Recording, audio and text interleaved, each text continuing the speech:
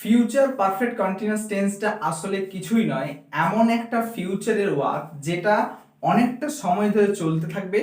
একটা কাজের কাজ হবে, তার আগে একটা কাজ অনেকক্ষণ ধরে চলতে থাকবে। যদি এমন ধরনের সেন্টেন্স কথা বোঝায় তাহলে সেটা হবে ফিউচার পারফেক্ট কন্টিনিউয়াস টেন্স। কারণ পারফেক্ট কন্টিনিউয়াস টেন্সের ডেফিনেশনটা এরকম যে একটা কাজ সেটা অনেকক্ষণ ধরে চলবে, এমনটাই সেন্টেন্সটা আমরা বোঝাবে। ঠিক আছে? Hello friends, welcome back to my channel English Motive. Once again I'm going to discuss another important topic. আজকে হচ্ছে একদম লাস্ট ডে, মানে day 12 of 10 series future perfect continuous tense. আজকে আমরা এই টেন্সটা দেখব যে এই টেন্সটা অ্যাকচুয়ালি কোন কোন জায়গায় ইউজ হয়। এটা নেগেটিভ ইন্টারোগেটিভ বা ইন্টারোগেটিভ নেগেটিভ WH ওয়ার্ড এই জায়গাতে আমরা ইউজ করি না, কারণ এই টেন্সটা বর্তমানে প্রায় পাস্ট পারফেক্টের মতোই কিন্তু টেন্সটা হয়ে গেছে, যে এটা খুব একটা ইউজ আমরা করি না। কিন্তু তবুও কিছু ধরনের সেন্টেন্স রয়েছে যেগুলোতে আমরা এগুলো এখনো পর্যন্ত ইউজ করি, শুধুমাত্র অ্যাসার্টিভের ক্ষেত্রে বা অ্যাফার্মেটিভ সেন্টেন্সগুলো বলার ক্ষেত্রে আমরা এগুলো ইউজ করে থাকি। তাহলে সেগুলো কেমন ধরনের সেন্টেন্স হবে, যেটাই বললাম একদম ফার্স্টে আমি যেটা বললাম যে একটা ভবিষ্যতের কাজ কন্টিনিউ চলবে, কিন্তু তার আগে একটা কাজ থাকবে, মানে ওই কাজটা যে কন্টিনিউ চলছে সেটাকে সাপোর্ট করার জন্য বা সেটার সাক্ষীটাকে থাকার জন্য যে এই কাজটা কন্টিনিউ চলছে ভবিষ্যতে একটা টাইম ধরে, এটা বোঝালেই কিন্তু ফিউচার পারফেক্ট কন্টিনিউয়াস টেন্সটা হবে। So without wasting time let's come to the point. একটা সেন্টেন্স আমরা যে দেখব এবং সেই সেন্টেন্সগুলোর মাধ্যমে পুরো টেন্সটা আমরা ক্লিয়ার করব। তো দেখো এখানে যে সেন্টেন্স তিনটা দেওয়া আছে এবং যে স্ট্রাকচারটা দেওয়া আছে সেই ধরনের সেন্টেন্সগুলোই কিন্তু আমরা ফিউচার পারফেক্ট কন্টিনিউয়াস ইউজ করি। ইনফ্যাক্ট এগুলো আমরা খুব কম ইউজ করে থাকি, মানে একদম ইউজ করে থাকি না বললেই চলে, কিন্তু কিছু কিছু ক্ষেত্রে আমরা কেউ কেউ ইউজ করে, তার জন্য এগুলো টেন্সগুলো এখনো পর্যন্ত রয়েছে।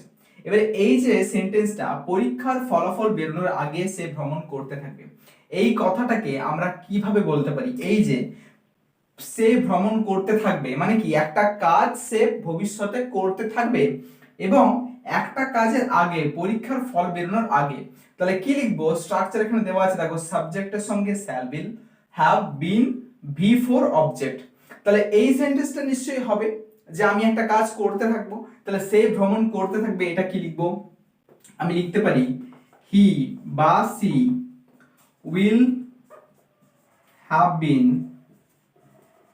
আচ্ছা ভ্রমণ করা মানে ট্রাভেল, ট্রাভেল থেকে before travelling, he will have been travelling.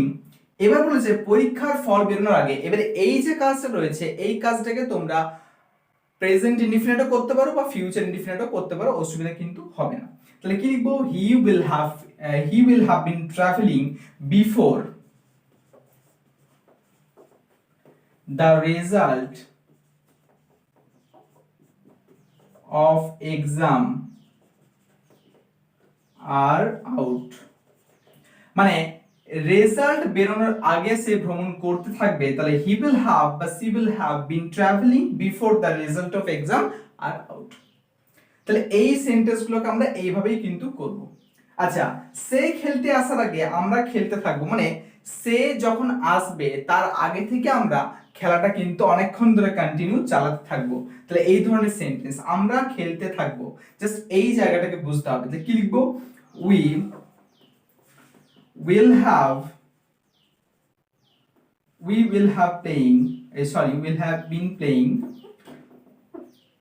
have been playing